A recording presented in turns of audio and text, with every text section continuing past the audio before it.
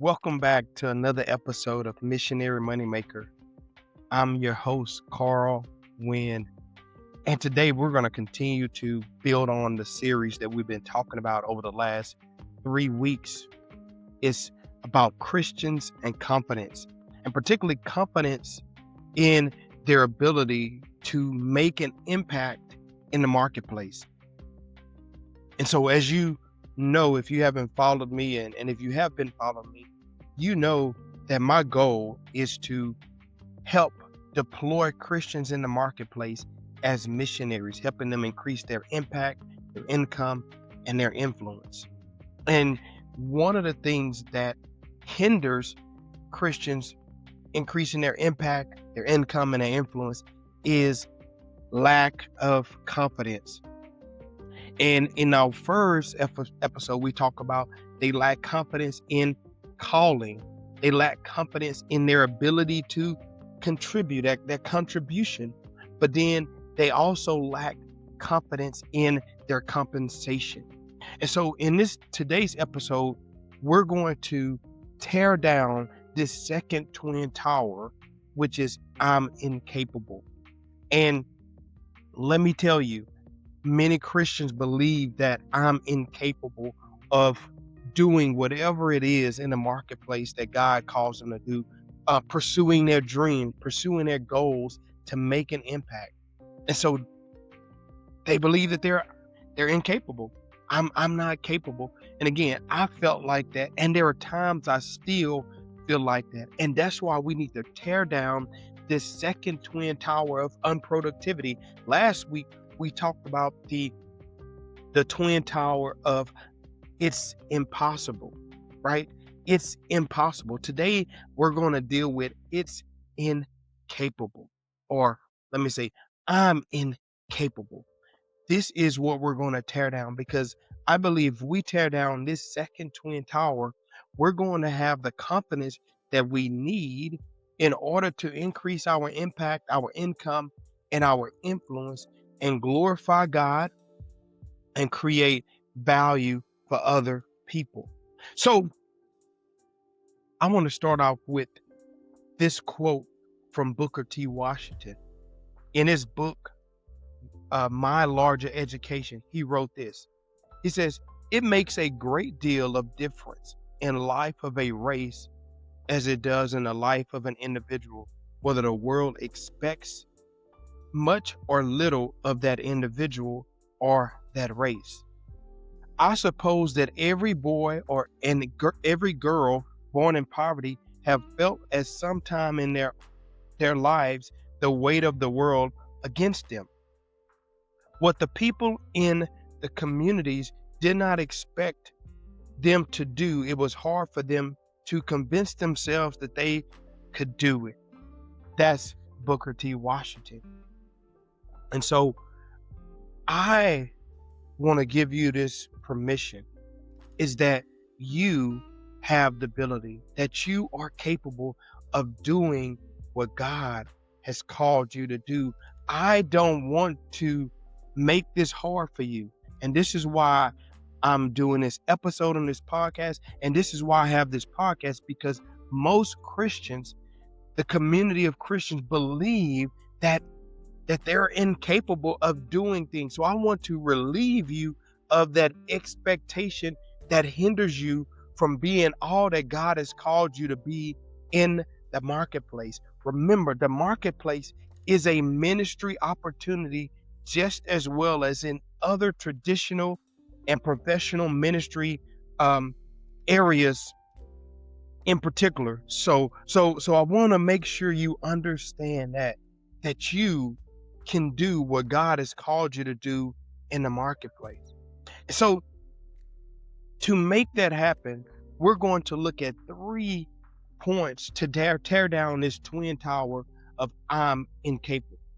And now let's look at, what does the word incapable means? It means not capable, not having the necessary ability, qualifications, or strength to perform some specified act or function. And the third part, without ordinary capability, incompetent. Now we're going to deal with these three things because what I want you to do is that I want you to walk away from this podcast and know that you're capable, that know that you have the ability, that God has given you the ability. Remember, he's equipped you with the ability to do what he called you to do, wherever that may be, whatever industry you may be in. I want you to know that God has equipped you. You have the ability to do it. So point number one is we need to understand that we need to tear down this twin tower of power, that I don't have power. I don't have the power to do whatever you want to say, X, Y, Z. And again, this deals with your identity, what you believe that God has given you to do, what you believe that you can do, that you don't believe that you have the power or the strength to carry it out. And I want to tell you, my brother and sister in Christ, you do have the power. Now, remember, just like the moon reflects the sun, we also reflect what God has given us. Remember, he has given us life, breath, and everything. And we are to use our life, breath, and everything to carry out that calling. And let me just say this, that calling is also a part of the work that we do in the marketplace, creating value for other people, growing our businesses, growing our career, making an impact, serving our customers well. Is not just what we do on Sunday. It's not the traditional missionary work, but it's what we do every day in the marketplace. God has given us the power to do it, and not only the power, but he has given us the responsibility to carry it out. So I want you to know that you have the power, you have the strength to do it. And I want to tell you that this is not about pride, but this is about productivity. If you don't believe that you have the power to do it, guess what? You won't wake up to do it. And so I want to give you permission to carry out what God has equipped you to do. You have that responsibility. Now, let me tell you a story of what people believe that was impossible, and what they believed that was impossible, what they were really said that I'm incapable of doing it. The first story I want to tell you about is the 4-minute mile. So there was a man named Roger Bannister, and this was the lie. The lie was that the human body is not capable of running a mile under 4 minutes. This is what people believe before 1954, before Roger Bannister broke the 4-minute mile in 3.59.4 seconds. So he broke it. But what was happening before that, everybody was saying that it's not possible. And basically they were translated, I'm not capable. The human body is not capable of doing it. And so what happened is that because of that expectation, people gave up. They didn't push forward because they believed that I'm incapable, that I don't have the power to do it. But look what happened. What changed is that when Roger Bannister broke that 4-minute mile, within a year, multiple others did the same thing. Let me tell you this, they that expect little will receive little. They that expect much will receive much. And so I want you to know that you have the power. You are capable of carrying out everything that God has called you to do. Point number 2 is permission. Right now, people believe that they don't have the permission to carry out their calling. And so what that is, it hinders people from increasing their impact, their income, and their influence. So I know as a Christian, we are looking for permission to carry out our calling. Just recently, I was reading a book. It's called Mere Christians by can't remember. I'll put it in the show notes, but it's called Mere Christian, and they were talking about Mr. Roger, and it's about Mr. Roger neighborhood. He in itself, he was a Christian. He was a Presbyterian minister, and he felt that God had called him to carry out his ministry on television to impact lives worldwide. And before he could fully embrace that ministry, he needed to get permission from the presbytery in order to carry out this calling. Now, let me tell you, he had went through seminary and got his degree. He graduated magna cum laude of his class, all of these things. And so he was prepared to go into Christian ministry in the church. And the idea was for him to carry out, to be some pastor in the Presbyterian faith. However, what happened is Mr. Roger believed that God was calling him to carry out his ministry differently, and he needed permission from the presbytery to do it. Now, I say that to say this is that most Christians are looking for permission to carry out their calling in the marketplace. And so what happens is that we don't feel that we're capable because we don't feel like we have the permission to carry out this calling. But I want to tell you that if God has laid this on your heart to carry it out, God has placed you in a particular industry. He's giving you the particular strength. He's giving you the particular qualification. He has prepared you. Then let me tell you, you have permission to carry it out. And not only that, but you need, watch this, you need to understand that you have the responsibility to carry it out. And I would say this is just from a wisdom standpoint, and not only just from a wisdom standpoint, but from a support standpoint. Go to your local church and get permission to carry out this calling. Get commission, get prayer, so that they can know particularly that you are on a mission to carry out the calling of Christ in the marketplace, wherever you may be, whether you are a doctor, a lawyer, whether you are an HVAC technician, no matter what your calling may be, no matter what industry you may be in, you need to go to your church and get prayer and get permission from the elders to release you into your calling. Because we do know this is that yes, we may have the permission from God, but we also have to realize is that God also uses people to give us permission. And so go to your church body, because you need your church body surrounding you, just like traditional and professional missionaries go to their church and get commission. I want you to go to your church today, this week, this month, and get permission to launch out into the marketplace in your calling.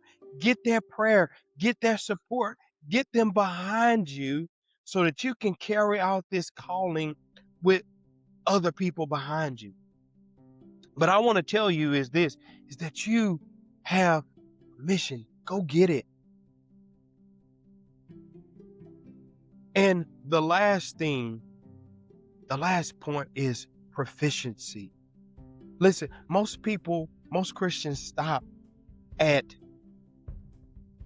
increasing their impact, their income, and influence in the marketplace is because they feel like they lack proficiency. But I want you to know that if you've been working, if you've been grinding in a particular area for a while and you've worked on it, you have the proficiency. You have what it takes to carry out this calling. So for example, over the last 2 years, I've been developing um, a platform and a systems to help Christians write and publish a book. And particularly over the last 2 years, I've written and published 8 books with another one in the queue. And so over the time, I've developed the qualifications to put that together through my experiences, through my expertise, through my education. I've been putting in hours and hours into this. And let me tell you, if you have been putting hours and hours into this particular calling, you have the proficiency. And not only that, if you want to go into this particular industry, go get the proficiency, go get qualified, go learn, go grow in this area, because I believe this is that a lifelong earner, a lifelong learner is a lifelong earner. And so I believe that we are to grow in our proficiency as Christians in whatever particular calling God has called us to. We need to be growing. We need to always be learning. It's not just I'm going to read my Bible and learn, and that's important, right? I stress read your Bible and learn, but our Bible, as we read it and learn it, it would lead us to growing in our proficiency in a particular industry so that we can add value properly. And so I want you to know that if you don't have a proficiency, go develop.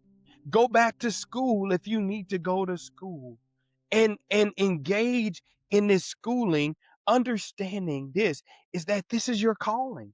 You're not just doing something haphazardly. You're doing it on purpose because God has called you to it. And I believe when you understand this is that you have the power, you have the permission, and you have the proficiency.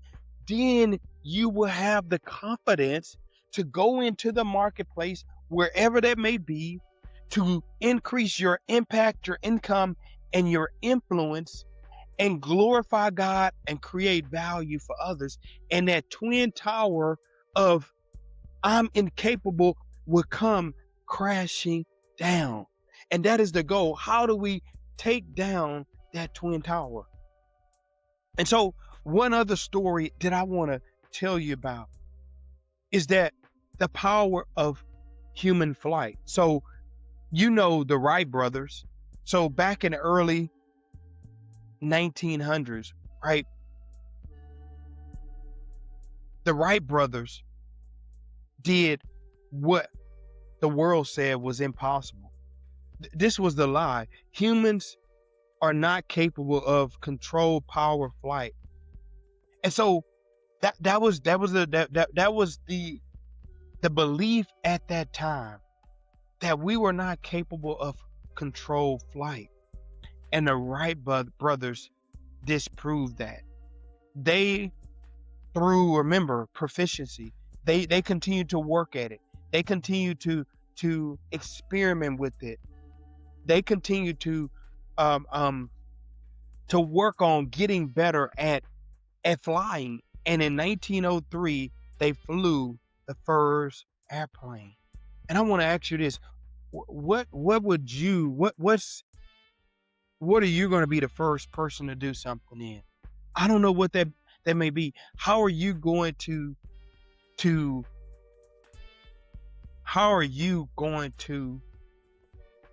lead a charge in a particular area, right? How are you going to be the first person to do something? That's a question that you have to answer. But I believe that God is working in our hearts, in our minds, to prepare us to do something that's special, that to do something that many people said that we are not capable of doing. So I want to encourage you to go out and make it happen. So if this podcast has blessed you, I want to close with this. I want you to hear it. I want you to read it. I want you to share it. But most importantly, I want you to live it. God bless you. God keep you. And go out and make an impact.